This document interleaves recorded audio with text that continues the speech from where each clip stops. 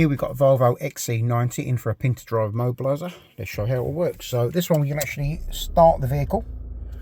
But if we watch there, it's in park. As we select gear, it just goes back into park. Bounces back. Cannot select gear. So using buttons available around the network, you now must enter your unique PIN code. If I enter the code, you get a double beep. Foot on the brake, select gear, it now goes into gear nice and safely. Back into park.